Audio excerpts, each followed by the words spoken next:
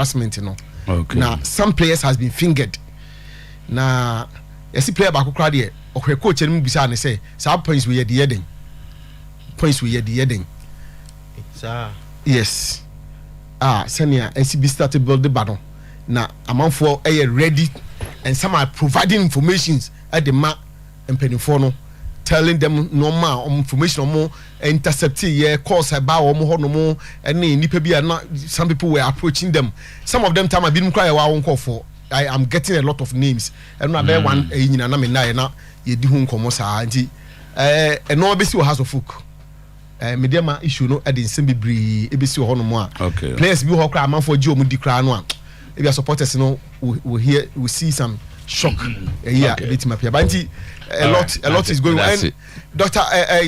Mr. Otuo-Acheampong Agama or say cat going on a post is not democracy. Say I'm for saying a cat in Kwan. Baba me that's it. Zach. So we'll go straight on. Yes.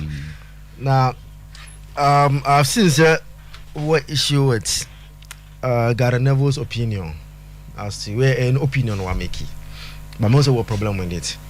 But the reason why many problem with the opinion. I disagree. You disagree with it. There's no. I can't have a problem. Okay, you disagree with it. No, but you see, honestly, I want somebody to convince me further, and I know say okay, you are more than capable. Okay, so basically I convince me. I hope you'll be able to do. Okay, I didn't need. Obianim say Haaland has scored a lot of goals, but so share maybe na Gary every air bana. Also one first. Look at Haaland at Man City. League team or John Omar the last 2 seasons, you know, they were champions already in the last 2 seasons of the latest one. Last season, this is in City as a team actually 93 goals. They still have 2 games to play. Last year they scored 99. Yeah. They still have 2 games to play. Yeah. They can equal 8 or better 8 depending on or make it less. And you know, actually last season team actually 99 goals as a team. This season with all Haaland goals now as individual, they are still at 93 yet. So without Haaland they would have scored 58. And that's also important. Without team, they could have scored the same 99 and as more because they scored 102 before without Haaland. They scored or match 102 before without Haaland. So, but he scored 35. No, they be analyzing Manchester City. So you're saying Haaland not joining Manchester City, he has given them 35. Yes, that we can take it out. I don't know. As I said, last season in Chebia, last year, no, almost 99 Haaland ain't count. And the Chelsea would die. 99 no. Next only recognize that component Gabriel Jesus. Sometimes born as a winger. So but they scored. So without him they could have scored less or more. That is the argument. So in that case we look at his contribution. So yeah, you know, which is 35. As a person, yes, you don't take anything away from him. The goals are scored, but they are not sharing from fact that the team, as I said, no, they are scoring already without Haaland 99. So they are not sharing the impact. So your analysis here is what? Because maybe the analysis, he joins a team and gives them 35 goals. Yes. I'm not sure you are suggesting say you are always destined to be first in a league. No, they say the fact that you scored 99 goals, it does not mean that you score 99 again. So saying yes, that's okay. Somebody comes in his first season and contributes 35. Yes, I was doing the analysis. He gave them 22 points, and I will explain. 2 points are without Haaland they would have lost. Or none at the buy. Or no matches. So it starts with Crystal Palace. Yeah. Match we pick points for them. They were 2-0 down. They had trick 6. You know what it did for them. Yeah. I'm sorry, me sure the in account. No, I understand. Obia no argument. Oh no, me say it to but the argument is that no, still and say without him, no, a team that already, they don't need a striker to score 100 goals. No, but almost 100 goals. That's a one now the buy. Almost 100 goals. No money recognize number 9. A one now the buy. Almost 102. I'm saying last year without a proper centre forward, almost 99. Without a proper number 9. So that's what I say. I like how me choose where see said about being in say you make it very simple. No. As if say if a team scores 99 goals, they are destined to score 99 again. You can score more goals and drop the number. So in that case, your parents is on no buy no 35. So the assumption is that without him, they would have lost 35 goals. They tell Casemiro and say, me assure okay, me take Casemiro there no. Points for Casemiro. I'm about to listen to Casemiro. Before joining Manchester United, na a team. I think someone buy expect buy around the same figure. Casemiro could even be more. I think Casemiro was 60 in terms of pounds. Haaland was 51. 60 million. I'm sure Casemiro was stroke class an expectation. And I think more was expected of Casemiro than him. Yes, and Real Madrid midfielder with all the titles. And he has done exactly that more that was expected from him. And I think that Haaland has also done more. Yes, there be no why. And I said on you. But you see, Casemiro United no. Now United lose at Nefiama Brighton abesha 2-1. Asenze. Na Brentford. I don't buy a man lose be. So then they send the Salah so buy against that he hasn't scored. But I can say so much Nefi into a game that Brighton abesha United 2-1 at Old Trafford. Wako Ben Brentford akwaje 4-0. Then there was a need of to as a panic buying to solve the problem. And be say it has existed from last season. But United answer win the transfer window. Then Casemiro comes in. United about how many matches? I say about 36. 36 months. 36. Are you aware Casemiro has played only 26 of those matches? I'm aware. So in terms of impact, he has missed 10 games. He has missed 10 games. And let me say, games now are missing. No. Because without him and with him, Onima big trouble. It doesn't come. I'm saying no, it comes because Casemiro any United teams 10 games or no. Remember how United were severely punished. Okay, so Mentia say it doesn't come in here. Yepe impact will be on the team so your absence is your absence. He has only contributed in 26 games. And those games were contributing no. And an impact no he has contributed in 26 games. So I just said 10 of the games he wasn't available. Yes. So you strike that in percentage terms. United success no. The contribution at this percentage. See compare Ubia Wabuani Timwa. Whilst Haaland has played almost all the games, no, he has played only 26. Metesa almost say United were 6 and number 4th. They say last season United were 6. Were 6. So I was looking at the records and why anybody will even think somebody with 6 hat tricks in a season. No, I say I'm not so somebody simple. who breaks the record someone setting in the 90s in the first season. Someone is so simple. I'm sure say as one weekend a very pro city supporter will also be Sano Beka.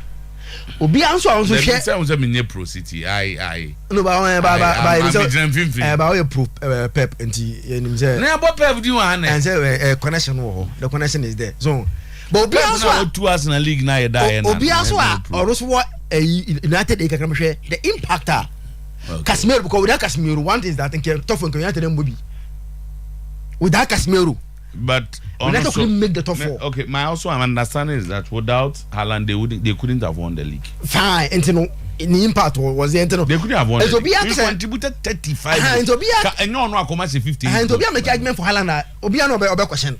Sounds like me problem with Gary Neville making a case for Casemiro because as a United supporter, as a United fan, Messi and Kano Ukrainian. Also, no can say Casemiro has also done extremely well. And then he goes na come 58 goals this season. And I Casemiro so United so get off on come Bobby. And you also dey no here. Say tackles because he has scored 3 goals as a midfielder. Yes. Midfielders are defensive midfielders are share more than him. Why? Mention one. He has scored 3 goals. There's none. He has taken 2. Messi but one defensive midfielder in the league. With red cards. Just mention one defensive midfielder in the league. What's your Casemiro? Messi why the red cards are hurt him no. and the goals and the contribution in Eka. It's I think say where they got never team former is that a negative contribution. It's why you come now say Haaland nebo Manchester United 9 and obese 35 goals e breaki Alan Shearer and the co salary record o ma setting no be 30 years ago ebe breaking in nyina share 6 hat-tricks a man the team in the first season edge league put the team in the finals of the Champions League and the kamu be team ka guy na vo mu ka say no mbeka you see hey you are baby United war now we referee Rashford in our form so look at player be no okay baby na fan the team don bo am okay baby United war and baby am do tike Haaland so sad contribution so it have been nke be kese you see na Kenya na because City City am say last year we 99 goals but obaye no City 35 league na City edge ni enne no before oba na no maji 2 ato but obaye no why bia no 35 yeah was personal record why there but as a team there he's done nothing as in terms of Ibia because a team last year 99 goals a team maji 2 ato aso na oba it means say okay on that score you agree perfectly with it Obi say I'm baffled that such an astute analyst of the game, Guy Neville, would choose such an indisciplined player as a signing of the season. No, he's also talking about his disciplinary record. Okay,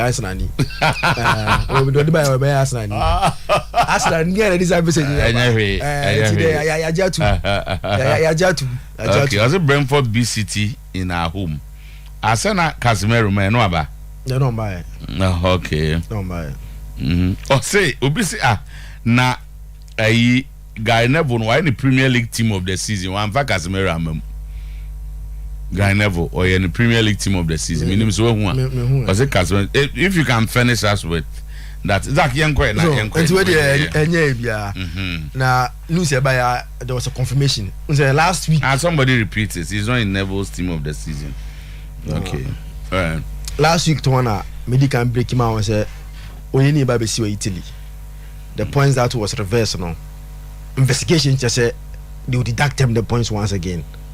Now, Andrea, no confirmation by my own. Say now, or say, one uncle say it's a joke. But never say also on the entire best. No, I say, what your next because it's not benefiting. No, I say, onim the entire side you say about before. I can just 2 games to go. Okay, it will say the best sign of the week. No? It should go to either Bruno Guimaraes or William Saliba. So we are not going to try now. But the best is of the so yeah, which so I need to say Saliba should have it. And team so too. Adia Morunu Kenya say Bianca Newcastle free sign by position be. At a point, no more. No more middle, you know. No, last year, no, last year, come away. In terms of movement, it don't do any. And I'm going to do about no basic. So the movement argument should go to Bruno Guimaraes more. Okay, Zach, young one, I see what you see, yes, sir. Go for me. It's you know, sometimes you understand with Moruno on this aspect. Say, this in the Bantama. Maybe as I'm listening, you are taking or taking here. Especially in this yesterday's game, can't take it. Say, oh, massa. Oh, say it's a valid point. What kind? So, and now, Mizoto, say no come pan say just imagine say you say na a band of Miriam Pjanic at 8:30. You say Basa Tono 60 million euros like cash cap because that and Basa financial problem no. Basa to Miriam Pjanic 60 million euro from Juventus. What said we are anyone? Say Miriam Pjanic that and Juve no only be more Juve. None or strike by Juventus. You say Basa Tono 60 million euros. And you one for more. Okay. So these are all issues you investigate because out of the 2 cases that the investigate here, no, not for the 2 involving Juventus. 62 cases, and for the 2 now involving Juventus. Okay. At least making inflating figures of players at Omatomo just to balance their books to make it look. Yes, since you argue, I was reading it. I'm argue say, your friend is saying Juventus mom taking decisions, no. They are no more there. They have resigned, and that club, no, shouldn't suffer for decisions of individuals who are no more there. I think that's that was one of their defense. Mourinho and as good argument. Mourinho Casemiro. Also no, ade anu wi ase on tia said that on tia so that say why footballers play coaches ade o ma working for on the field of play. They should suffer for obi director bi otini baby. Blue boy said dame kwakwa wom. Blue boy o said dame. O bro ho akọ man e dis one we to kwakwa. Ti we it was a mre ho. Emrane ho football no. En na ama na saba. Zak yen I think say Enra na a bad news for Juventus. So do you move on now another? I think say bibi any okay, yeah, cheni ahwe name abana so man. But guy never you remember so any team of the season. Now Obia send the team of the season. Okay. But in the team of the season are new signings. Also best there are new signings. On the team of the season. Okay, guy never send the best goalkeeper Nick Pope. Newcastle. Kieran Trippier. Ni fullbacks no on Estupinian. Brighton. And on the centre backs here Diaz and William Saliba. Those are his centre backs. Then the midfield here Rodri in the middle. On the right is Odegaard. Left is De Bruyne. Anymore he puts Gabriel Martinelli on the left. Bukayo Saka on the right. And then Haaland in front of them. That is Gary Neville's team. So what people are asking, Biana and related, and they say, why do you put new signings in your team of the season and go and bring somebody who did not make your team as a new as the best? A position one or never. It depends. Casemiro position. Or the Rodri, who is not yes. A new signing. Who is not a new signing? Yeah. It makes sense. Yeah, makes a new signing. A good yeah. Dibo yanko. Abasa kwaba. Why? Emendru ana. English football pundits in there. Any former players, no. Sometimes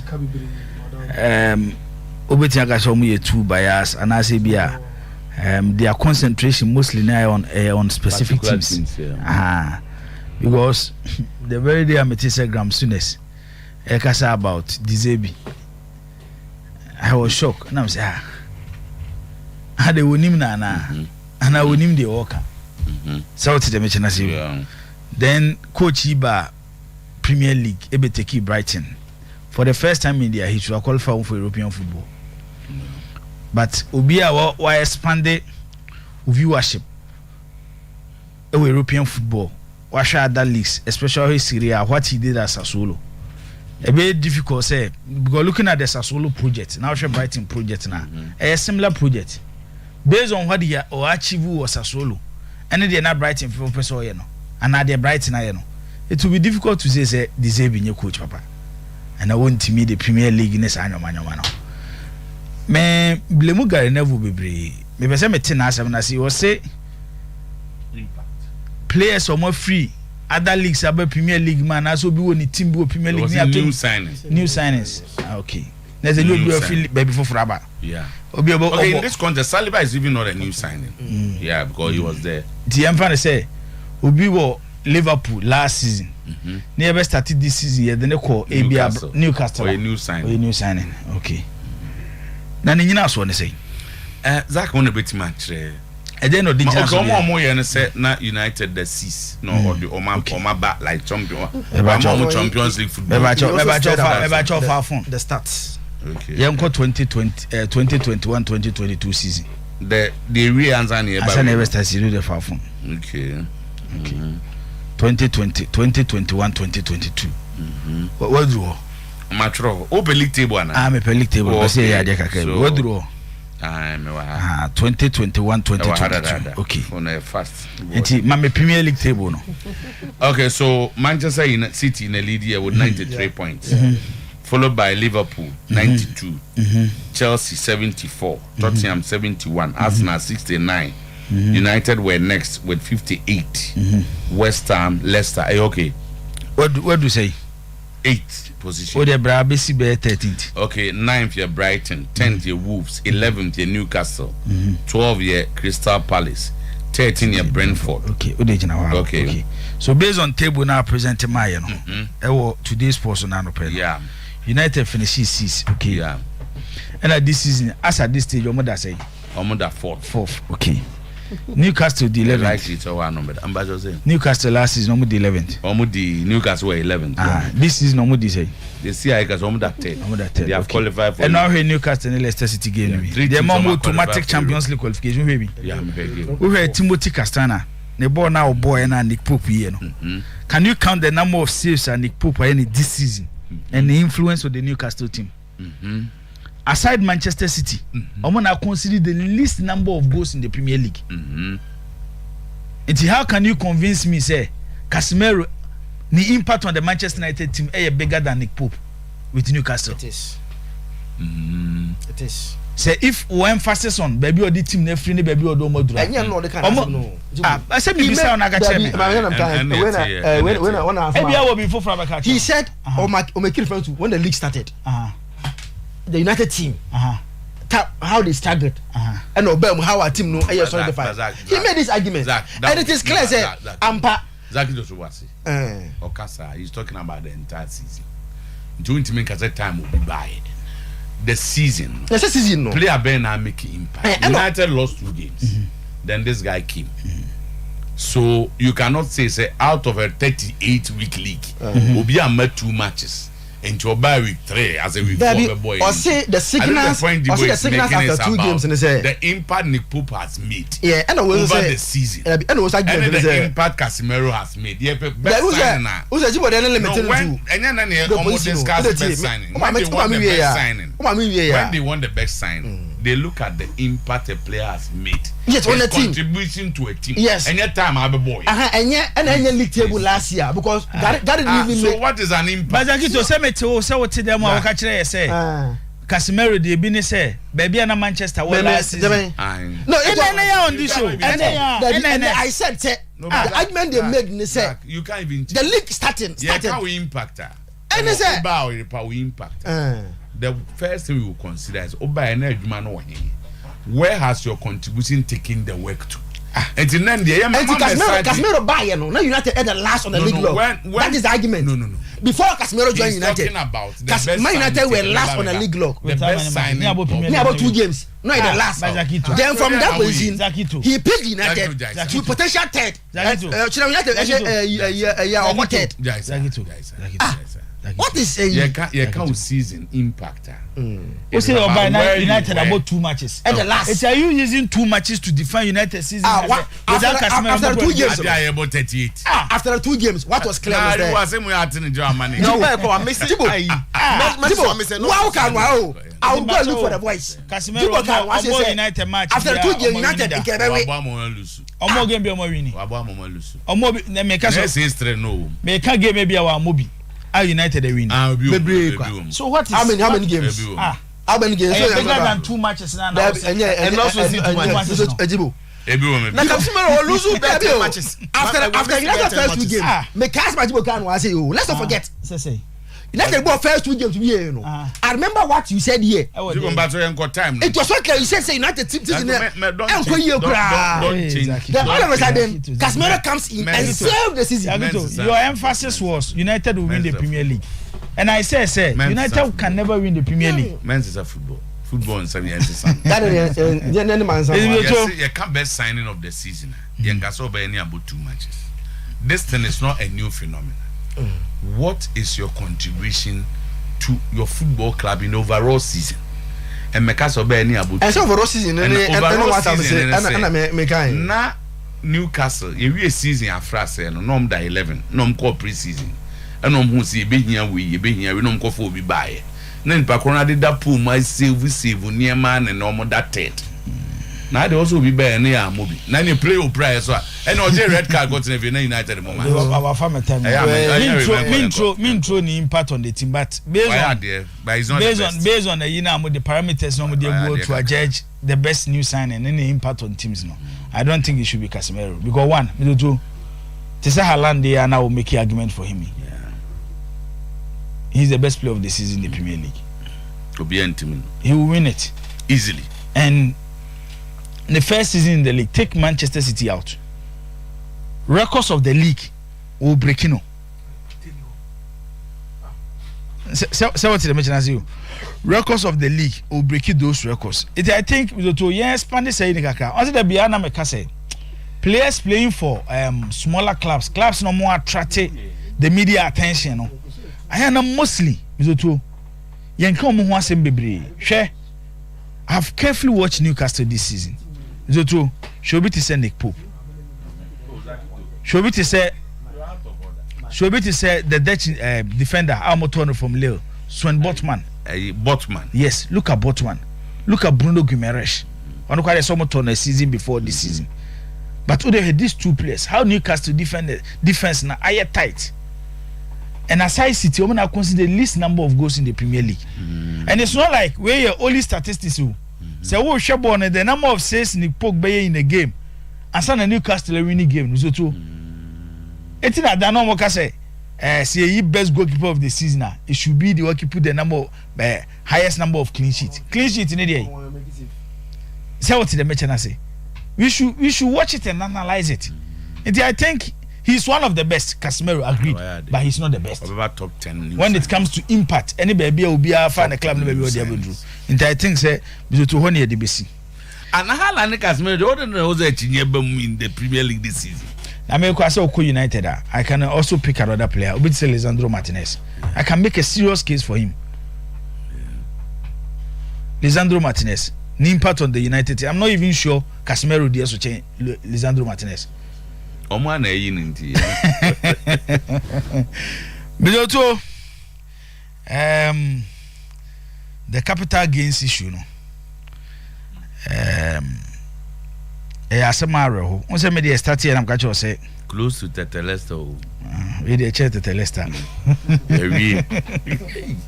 No, because I got show me brisa. Go fi ade. Every news no buy no. Also come on bowi. It didn't help. That was the report. On said that was the report coming out. Say Ebeba after their game against Empoli. Then some and even some few minutes to Juvenile Empoli. And official omode ruling about one thing. Say AC Milan for years I don't know. Oh, for news no buy. I'm gonna call for FIGC office cover by. You to unim Milan journalist. Oma so call for the break you. You for na the break here. You to unim. The very day this ruling by no, and on say we kwa there e munki to awu. E bi wesa baby. The most dangerous one is salary issue no. Hey. And no crowd there, it can lead Juventus to Serie B. Send the end. On number 10 so on the 14th of June. And no, you're more serious than the capital gains. Our force accounting.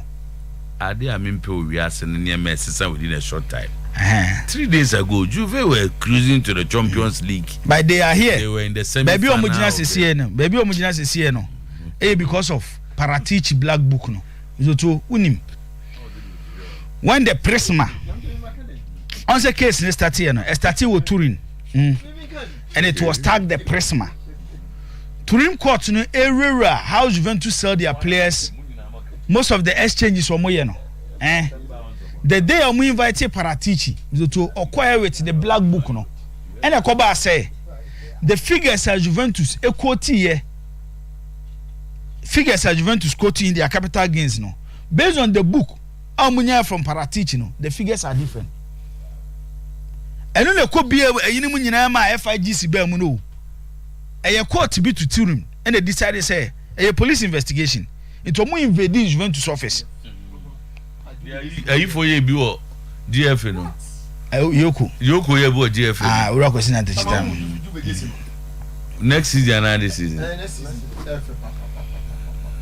I'm the better of you. It's a more expanded FIGC nyan. So then the FIGC came with 15 points deduction. And as Juventus square your appeal, Juve appeal no, and they say based on the recommendation of the federal prosecutor, you got the federal prosecutor then. On event time. Aye, Giuseppe Chine. Giuseppe Chine. Aguano, how do you know? Giuseppe Chine. I recommend they say. They should deduct Juventus 9 points FIGC ne ko feda eco deduct omo 15 points. It Juve de ko appeal no. The decision was they won't accept the 15 points. It's omo revert case ne back to the Federal Court of the FIGC. No mun ko take a decision on it. Eba ye pe ena Giuseppe Chine, our the Federal Prosecutor, SSR stance from the 9 points to 11 points. Then Enra one court ne tena se esa ko case mu nyina ye no ena omo say omo deduct Juventus 10 points. Okay. So the second one na ye on salary no. This is what happened. Time of COVID ni see you know all over the world, companies, institutions, football clubs on trauma. The fear of the FIGC was Yanria because Syria and financially the clubs are not strong. Say Yanria na yakase said do musi spend do musi kan sa no mo spending na some of the clubs yanria COVID no now collapse. It is the first step was clubs decided say they will renegotiate contract with players. And Okoye Nebia, Mr. Otuo Ebo Roma, only Mr. Otuo Tenase, Ebia will 6 million euros a season. Or say, after Otias, you budget 3 million because of the COVID. Then Otias 3 million now. There should be agreement between the two parties. Now I present it to the FIGC. Say, player no Atias say, ni 6 million because of COVID, na fedo budget 3. Juventus Ekoye presented documents to the FIGC. No knowing say omu players no omu no man kwatena se amo no man nya adwene. It is omu the 3 million na. No man fetch no man come be a Dybala 6. It's the moment you do that when you evade tax. So to so ti asma mekanie because the ever better tax was so 3 million documentation na odi akoma FIGC no. But say ukwa echire na ukotwa 6 million na. Eche say 3 na da so no yentimi tax. It's when almost started say almost finding out from some of the players. Dybala mo komo did no derby. This is two more. And yes, two more players ne say omo no mind enter into any agreement of salary deduction. But now Juventus so presented documents to the FIGC actually say omo ni players na enter into negotiation ma players na tia say yenti omo salary so. Players need a copy of that agreement Derby. Because they are not aware of any agreement. It's even on the 14th.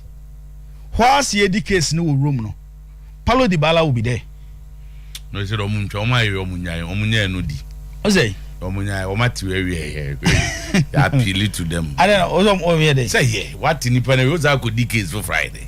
Oh, say 2 different cases. And omunya we so way enough. I don't know omunya. When obi ade bi wa what bonasam na musa ozay enye. They should allow that. And they won't access him. No, he say yeah, is in now bro no you. And no nakasa what people go fear go who's a dinner che dia ba ko bon. Wona okasa asem we. Obi. Wona okasa asem we. Ozo mutwaso ozo. Enti ene ba bia ejam zoto. Enye good period. Now the worst of one say on the salary issue no. So more establish it with documents. Now means to any sanctions bar. The expansion of it. The expansion of it and say UEFA on say on a financial fair play no one area a UEFA so much you on it no a player salaries. It's UEFA will take the case on. UEFA for case now the next decision likely say be free UEFA waba after FIGC no mayo money nyina say it's possible Juventus will face 2 years ban from UEFA competitions. No. Nyoma say first one ban me kira say time na week years we the 15 lawyers akobi bi NCBM no. I was giving you a say you hold on the 15 points another ruling will come. It's UEFA to no more train. Now the UEFA will interest especially Sheffield say clubs now on person form the Super League to fight the UEFA Champions League. Juventus say you papa na maame ne Juventus. Real Madrid na papa no na maame ne Juventus. So what you say any enyamo. It's a way to punish Juventus. Enya say bia omode e bia wrong way na punish Juventus. As a wabetum any enyawo. It's in a baby James Doto. Menya so say Teleste bi chen we. Club sa Juventus say sisu omo etili omo de krono sem Teleste ni nie. Meze obianka ze kofanyum. Tetelesta ni menye so tetelesta bi chen bi we. Enkola ni yo.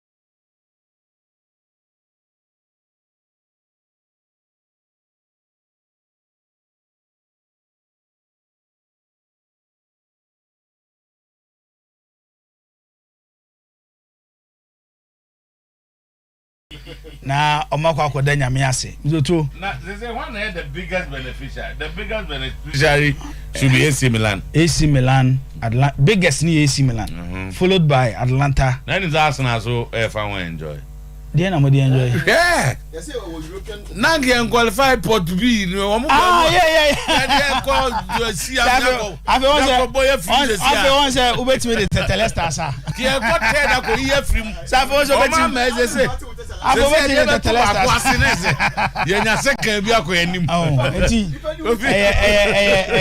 one football club omo ba pe ki draw ya wo zo no so mo need the only football Italian club omo Champions League final na Italian teams bomb yeti omo I didn't omo nya mpe omo fu say they don't win on fair grounds Covid bram Covid now bet makata na I'm only suffocating but yes suffocating the woman but sir but the lawyers ask but some may appeal very slim.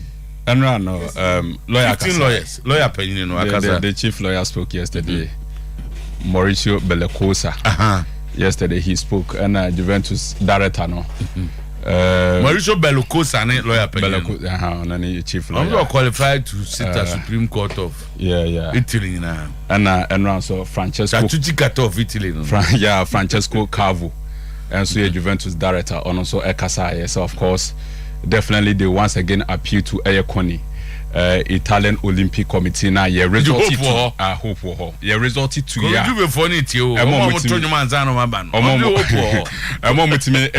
15 points no sa Koni that board na Juventus result here na eventually the 15 points was overturned no yes and so be result in say we appeal na appeal and Jojo me ko bi mo ko suru ba kwa and say ye ko we say na this will be the C trial in this particular issue. Yakoba kosa mako 5.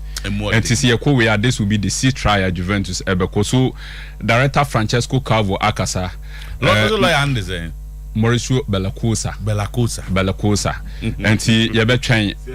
And before that, and Mauricio Panis, honestly one of the lawyers. Panis. Now honestly Akasa said Juventus are putting all the necessary documentations together, and at the moment, they are on top of all the legal issues with respect to normal Omade Abo Juventus. So, legend, it's not a good time. No cause for alarm. It's of course we are worried. Any day, main fancy. Once I'm not in office, I'm catch us a bit me aba. Very react. Sylvester Buedia say Kofi Ricky. Don't mind them. Gather the momentum. More than they say, and I make a say in football world, and I'm suffering, I'm suffocating my breath. But say, I dare back about this life. 10 days ago, Nana did Tetelesta or them how. But then all of a sudden, Juventus were in the semi-final. Honestly speaking, this doesn't suit Tetelesta. No, Tetelesta. So is you no. You crowd the other course. Okay. No, this one there. And I'm about wrong. Legend. No. Tetelesta no.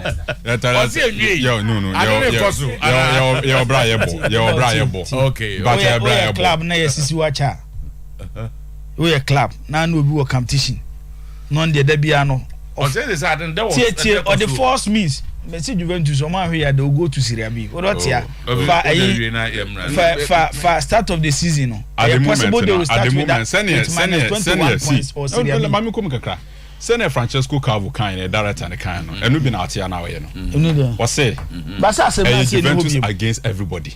Oh, okay. Juve against Juve against Juve against UEFA. Juve against FIGC Federazione Italiano Jonco Calcio. Juventus against all the clubs. Baby Juve ejina no. And that's the more reason why omo position be. So Juventus are calm. Juventus are walking alone. Yeah, himself. Medical actually match was a legend.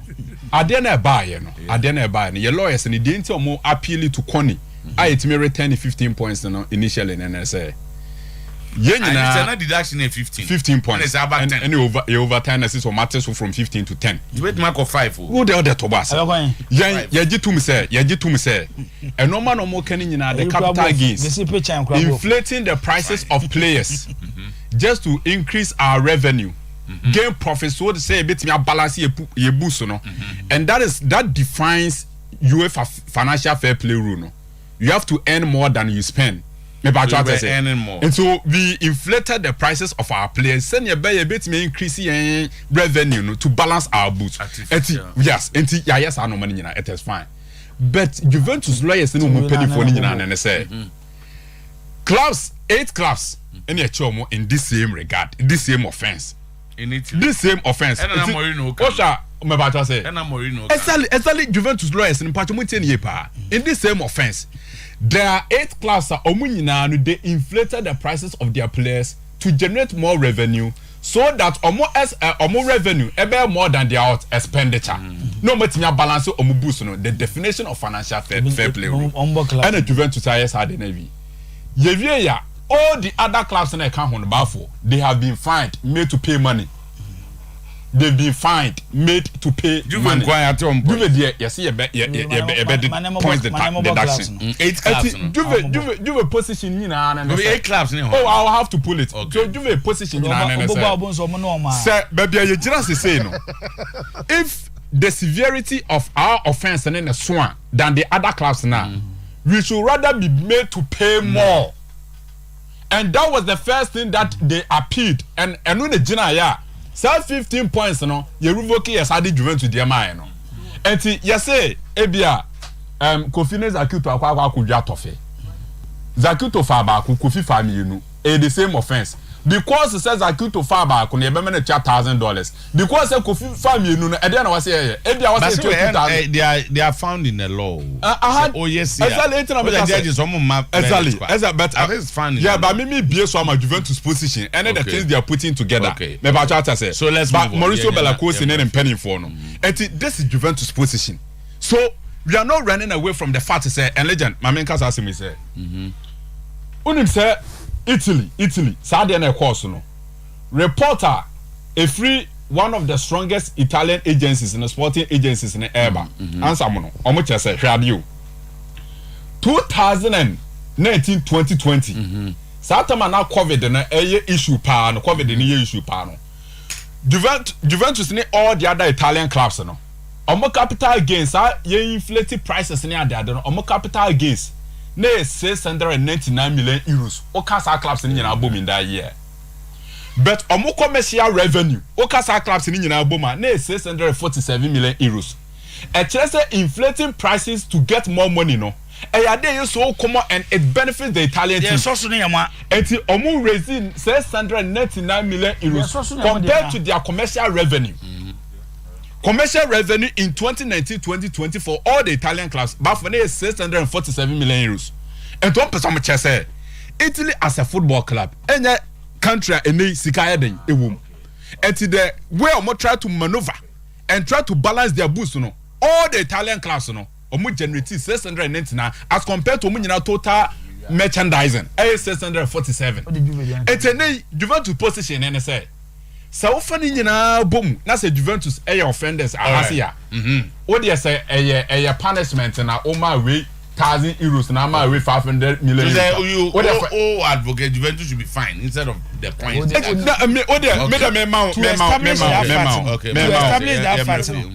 To establish that fact no. ye be boy nyina discussion. Who say me catch you say? Mention the other 8 clubs. Calvo catch you say. Who say who say Calvo catch say? Juventus against all Enubinesi. If you want to have a fair idea, this what is happening. According to the ruling, no, the other 8 clubs were been acquitted. Like other 8 clubs, 9 clubs were investigated.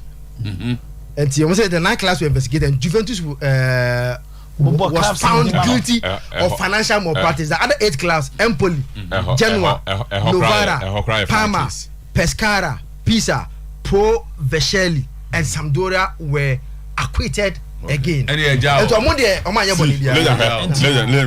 Over Genoa. Juventus Day, Stefano Stollaro, and one player from their youth team, Emma Genoa. I'm somebody called J. Mattia Parin.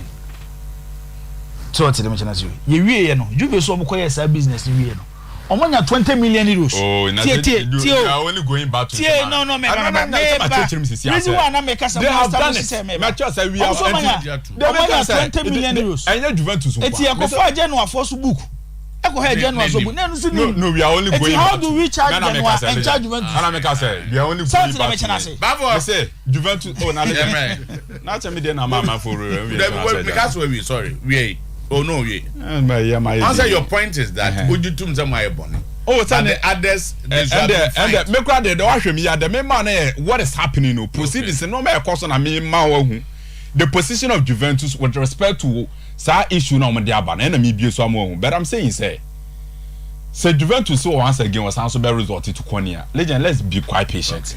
Because it was the same thing and eventually 15 points revoked. And the Juventus also nyana points. Mr. Kofi. Me je to me say it's a difficult situation because I'm suffocating because local football and international football me clubs in every. So me brepa but the point is that we will definitely get there. It will be an abortion. Suffocating to suffocate. Now, legend radio. Suffocate means to die or cause to die from lack of air or inability to breathe. COVID don't suffocate. No, at the moment in football, say suffocating in football. In football, we need both your local and a foreign. Both local and Yabana, the interesting messages kakra me dey bam ne ko nimo poku. Hey, our message for Kofi. Ozi Kofi, don't let strikers points stress you. I can see from your face that you are not comfortable at all. Also, a TV now. And na Kofi can say he's suffocating. But don't suffocate to death, please. I say I'm sad this morning. I'm sad this morning for Kofi Riki's demeanor. Has really made me very, very sad. Please send him my love. Please don't play the Teteleste again. Ben of Anko. Or say or the Yato Teteleste no so. Masa Messiah. Okay. If before Haaland City have won 2 Premier League titles, the same before Casemiro United have been where they are and have won so many things. Thanks. Hey, Kofi Zakito, way free. Agrada all the way. Orosu don't go as usual. Zach, your tax this morning is a killing. The Haaland versus Casemiro mismatch is too obvious. Have you seen another meaning for impact somewhere in the dictionary that we don't know? Yeah, Kofi, if you abontenye, more investigations to come. Rose don't go there. Message. I'm suffering. Please help me. Bon, you are one. I'm fine. Tama, say, Ghana Football Association. No, start time. Tama said, Pepe. We have another case in our hands. And case Ben Tama, the House of Folk Mediama match. And no more woman. I am more than the end of it. So what's the all information we have from my GFF? There are people who are ready to assist them. And the people, how would they know until background and contact you, man? Oh, so who have now better products better than if who say who information. Tama, people volunteered information even last time no sanko for no you don't to tan krom ha enti efe no some you interested that they know what to do some you interested pa in this matter you see me for kakra me gada no it doesn't look like there was an official complicity in the whole thing but some players will not go free. A case being a CR club not started a Montana investigation. Since I see my club and some more investigation. Well, I mean, because the House of Folk are doing it. They are doing internal investigation because they have been taken aback seriously with a normal. You see, Omuji told me say Bindiama bet my house on any day and all that. But the body language of the players, any issues they see here before the match, even some at the training grounds, to the extent that some senior players could confront the coach and tell him their peace of mind. Some players will refuse to play in the match because almost say a normal air question the omotiti and the omaten the omunimuno. After the too much. Some people who are close to the team, all the time football clubs, young football management members, omunye technical team members, omunye players, but they are around the team.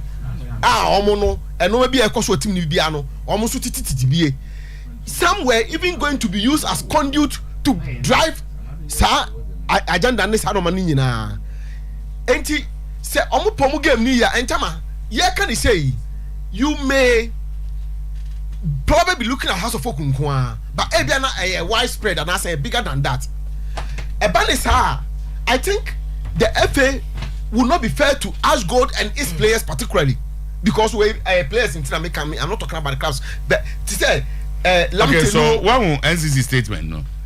NCC. Kotoko NCC. Oh, near hearts. So as I said now, okay. Oh, there be me here. Okay, and I'm in kind statement being shown. Okay. Dated 23rd. Send an 23rd. Yeah. Okay, and to say for immediate release, the National Chapters Committee, NCC of Heart of Folk, commiserates with supporters. Hey. The NCC extends its sympathies to all fans of our beloved club, following our recent loss to Mediema during the weekend. We understand the pain felt by our passionate supporters and acknowledge the frustration expressed due to the team's performance in that particular match, as well as previous ones. Undoubtedly, this falls below the high standards expected of Accra Hearts of Folk. Now, the NCC has recently initiated a project aimed at increasing the attendance of our fans in both home and then away matches. While it started positively, it has suffered significantly due to the lackluster performance of our team. It is evident that changes need to be made moving forward.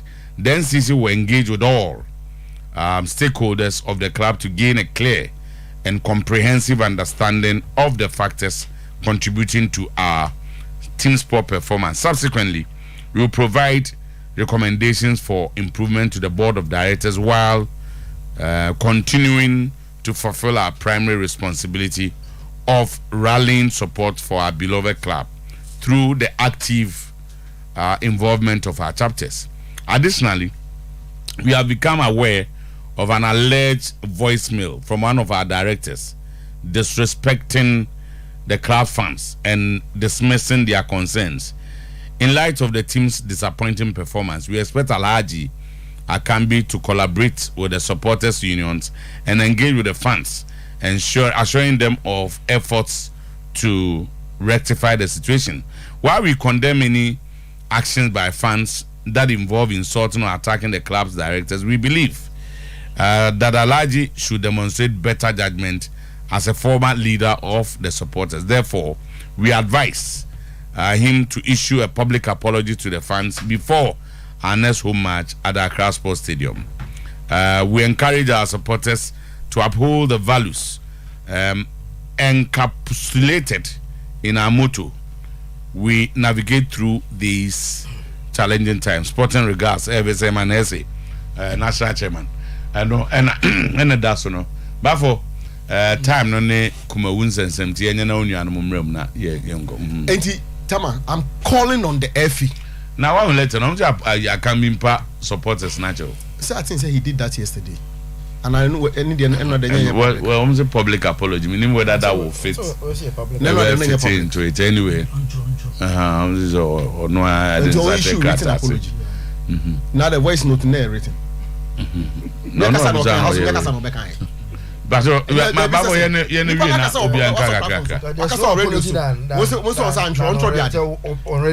that is the decision of one. Maybe another issue of the issues raging on in the Kotoko NCC, somebody must take an interest in it because it's here. Once the first no, not the manage the first NCC executives nowhere.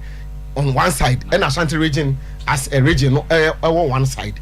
You see, idea I tear down into the NCC itself. The NCC has been divided into two. You want those that are in the camp of Nana Kwame Dankwa, and all those that are in the camp of Obin Sechere. Tama, and no may see our meeting as last Saturday, and I see what's happening on Saturday. So Mushia, as I saw, be two and most when Chamausu don't come more. One more supporters no more chair no ne mpenifo aka no nyina no eso mu take interest in normal na ekoso no because enye pleasant Tama enye fair. Okay, right. That's enye pleasant. It is enye fair. Zach, yen kwai na yakra bi be ezi I say meaning why area say neni abre on the house of folk asem no sa ezi bibia mfre mumba. Do you know why? Mrs. Enchebi about 2 weeks ago, I had Minya say that no way. One of my saddest day say Zaki to me who be say I'd say ABC. Na my reporto. Then a big man at the FA. So now what fret Uncle Fono was na Zaki to me say o come over ampa. A very big talk man at the FA calls them. Are you sure that this guy and person will come home over here? He's one of your is he one of your own? Just because I've seen something which at Minifi say based on my media papa na me report. Then a good big guy or not just an ordinary person at the FA have to call them. Say, are you sure this guy is one of your own? Just say, indirectly they are condoning. I didn't feel that papa na me complain about it. No, indirectly they are condoning it. I really mean, I'm sure say you are working as a journalist, but me based on my experience, say omunan kasena omushe put that so they don't care about those things. They think say normal practice into munye. So me say me where that dey pa. Okay. Eti Tura who we no na then. Say and me just dey. And I'm pass that I didn't see. Okay.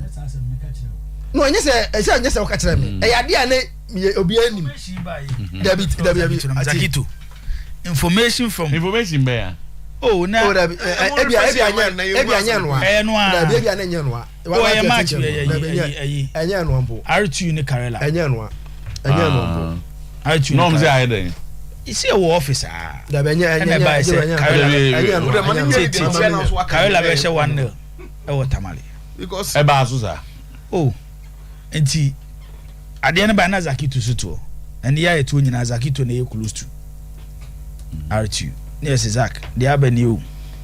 Like it is so there be NC. No, Pia Bontin or Koya Corno, but no, do kind of NC. Also, NC. That was the information. Emma no Koya to the extent say, just any brand of Bernayasm get to. After the end, team. One in the bem. Kayola one. Bright is here. Scholar on boy and different from 1-0. Oh, there be different from one. We go try over and maybe they say media see that day. Oh, the any match man. No, I can't play league. I'm a conference because that game. So, to the sense, I would say a big man has scored. No, you see, go move on. As I can, yes, I say, let me too. But I have a reason why. Say, okay. The people do. I not worried. Say, product. Say, I say, now your product. Now, be Eddie, some more one time. Now, yeah, then idea. No, we don't care. We think say no practice. Let it go on. A serious matter. It's yes has there no. See, who's the name? Catch I say. I don't know what did that, and they say has a matter of convenience with Mediama. A bit see that. SAS call line no. I think men better say 5-1. Me no about face man better 5-1. You understand? But the best is say Jibo tie na make no. Jai. Men kasa asem. Correct score. Men kasa asem. Not say involve tie. Not Ya match fixing. Tie. Me to. Ya match fixing. And ya betting. Tie. The moment ebi obi betting baby a link match to betting. Say me metra na me analyze here. What me gajam say mo go 5-1. What the 5-1 no? One tell me you me say has as a team has a folk and yes I don't that say be say 5-1 e wa class person say betting poa they won't do it that but the best thing say e be some individuals be a omunya management e be a playing body and okay o man there but team has a folk and yes that say yakota say has medasi why so we and have o de makofi o kasa meti obi ana abaso okay well legend but Karela the end the were empty when government you legend mamenchia Mr. Acheampong Kudia Fukyu mamenchia no or Amase West constituency papa echiapa youth ni nyina ma message say sibia wo ye pechimane ada communities na wo ho no Yankopon sha no nto nkwane legend house of folk see may you happy sir has in penning for just maybe yesterday they listened to the discussions we had here club or no baby free about Babidru no and some fata see be some individuals within the club the club on a reputation at form we or more yes I did maybe could say champion minimum yeah directors and our players and our coaches Mamin Casa with them I'm Casa minimum especially this game no boy you know because from day one what's an assassin now assassin phone was placed some promised money and some of them and some of them legend some of them they will not stay at house of food next season legend reason why they have to investigate some of them some kofono mo yes how no man no shisha house of folk no ebinu mo to aso next season e house of folk players ana me dem say dem can say ebinu mo players na sign contract oh dem mama can say for now say also chiri mo asem no ebinu mo to aso e house of folk next season be free club no makọ but omo damage club no akọ ti so your director na so better na so be yes ade na it's up to you me say desu and me catch say omo free playing body no omo from nyina just like identity na players be boy wi na among says in a dressing room omo wi no mu ra tan enim no we say why this pass why couldn't you make this tackle why couldn't you clear this ball players no because omo nya hint say ebinum agedi ebinum anya bi abase ozo GF for your home bibi o ebinum anya bi so players no at the dressing room no, they were pointing fingers at each other eyewo this tackle you could have made it this if you could have done it we say ka bet me this pass should have gone this way eno mu gina ho no mo yes ano ma no enti say ye ja we nyina ase ka say enya hwe enti me twere bibi na me baba chamo osu da don ko be comment on social media but father then am person me chance ye yes posterity will judge us all enti wo de ye nyai man en call the posterity this thing and your posterity as they have to figure out omenyomo they are within house of folk omutim ni man says here they will get them suspect goes enti men nya say yaja wonu rekwenti a eno na me chemu kire Zaki to office wonu rekwenti a goes ne dawson wonu rekwenti goes ne dawson so omoye sa kata say pese ye bibi say ne agiwe ya de omo person omoye actors of sad no mkoye no they have to be seen helping that cause. To dear Obia will go back. Obia will be say ya when ya we. And but so we all have to help. But allegations here are serious. And then serious and has to penny for almost be investigating. This is House of Folk penny for supporters no. And now can management name. House of Folk technical team suspect foul play from players in game against Mediamana. The technical team suspect here be management to board.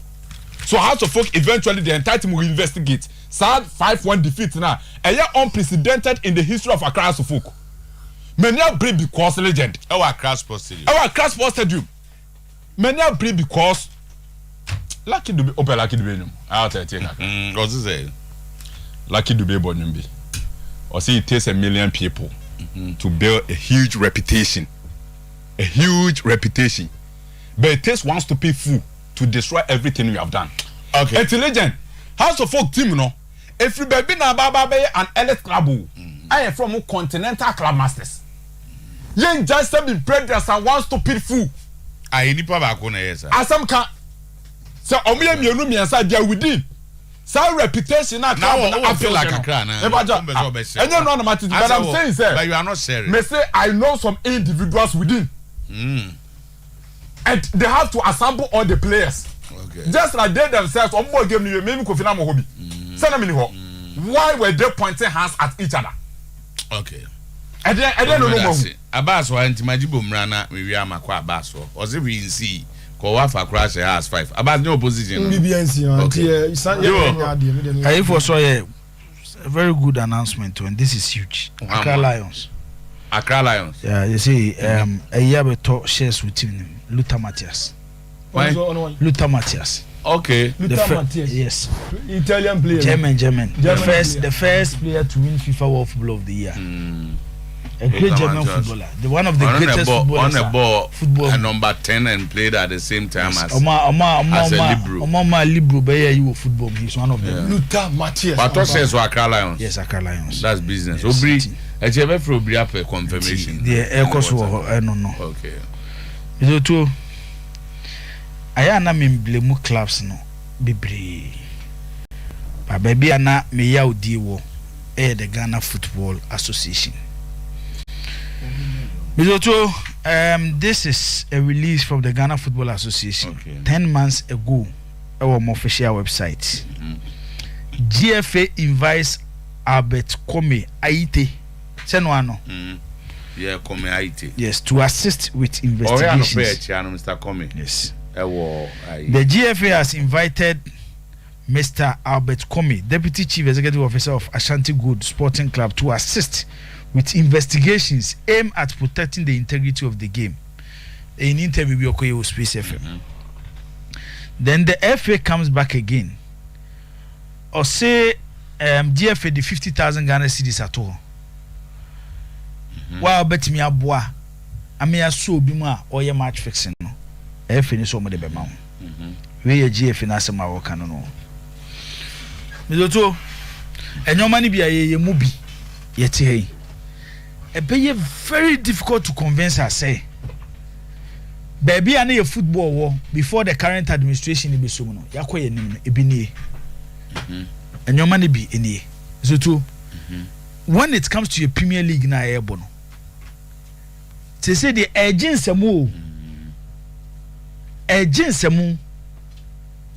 the flagship product of the FA the Ghana Premier League if they don't know national team there bata ho until say FA no beje national team no so o ma na ehwe o ma ebo ho ka ne sa nyoma no but saban be koso obo ho ka dia FA no bata ho but Premier League ni there mo flagship product nti ese mo mama ni ko you know matches ni bi wo ho sometimes otina se na wo hwe a you ask yourself it's Ghana League penny.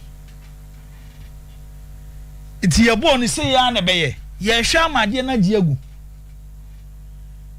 Whilst we are facing these challenges, the interest of the current administration for endorsement. Ye kosa anyoma we na say your Premier League no. Say the image of our Premier League. Say empo kwese that game na has. Any mediema boy no. enye no kure so mo ko fix match no bo look at the commentary around it enye bad for the brand of Ghana Premier League and if na kana no tum dey interested ne say yakoje endorsement okay yakobie borehole ne atwa ho picture borehole no kamate ese borehole ba ko bia cost $5,000 borehole ba ko bia cost $5,000 anybody borehole $5,000 e wo Ghana na ekoye dey no sir na say se bia we very expensive one e dey expensive the way bia you state baby o motor poly tank here wa na motor mo dey so what dem chena say from be working this park bay park na dade na esuo na yenyine hu ye hu na am say ade na esuo na yenyine hu ye hu aba unti we ya say no so eti to me feel say owura ketokreku any this administration say me say me gina na say me to aba opportunity to vote nya na yenya bi ba yenya say be to aba I will use only the Premier League because the flagship program zero nothing. Share league 3 years ago na share league nene is there any improvement? E didn't cost one essay and yet one year di ye interest wo baby ebia ye kwa se bi ebewie na kakra ba na yakoche league ni de ani ho saa go one way a utu ka e di free akra se bia ko league game e we bia brekuma so to the only thing you enjoy e bia allowance. Okay. I think the FA should do something. Many of the steps has management and the technical team has started or more taking. And it's good. And the management no. Are they? But some for bibia makata kata bibia so. Not I don't know for bibia. Yeah, step no mutu. Unim. Team nya dia step no mutu. Last season this concerns ebai. But I say any uncle. Okay, has ne the difference here one. I choose your house. Last season. Yes, our class was 2 as a 3-1. 4. Oh, okay. 4-1. Na ye timer. Na has accept league no mon kan ho biem. Na ye timer. What's mo ano? R2. On the way. R2. Ebe so mo survival relegation. Na me anem no kura nim so to se de no kura ka asema fine say R2 ahoɔden no kura no motivation wo sora e de nko na besi ama R2 ahya has 1 33 years na so folk no so to tio 33 years asa ba so se we na bi na time me dey say say ka o se we see tio no ma so mo 4-1 so to me de ma modern bo soro obi ase so to but e de nko na besi say football bibi atimisi se mediama and has 2-1 e watakwa e di enko na esi ebe ma mediama be has 5-1 wa grass post stadium mama almost go 2-0 some score lines are respectable score lines so tell me say score lines be what to a respectable score lines eti no utimi say oh we there esi for 2 continuous seasons so to e do time a league no unu say uni any opportunity to fight for the league title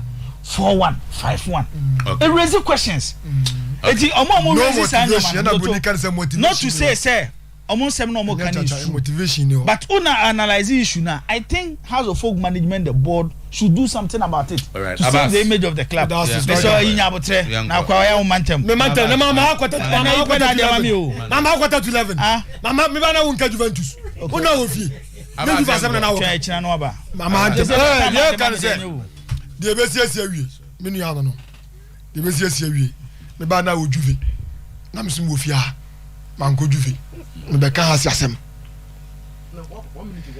time no so an yapon so we you team no yen last year mo dia pam be ka ni fia amna we yedam ya mo no ya mo ne che ya boy amna na che the striker di we busa obi a woni me House of Folk bia say e ka last 5 matches maka kire mo say dey to your last year last 5 na sa na be sa to yen minim ye team ni say dey sitie si yani na bibia so a yani na bibia so a esa anwamu anwanka ho wudi eni wo so ba ya anwamu ba wie ya anwanim ba da ya anwamu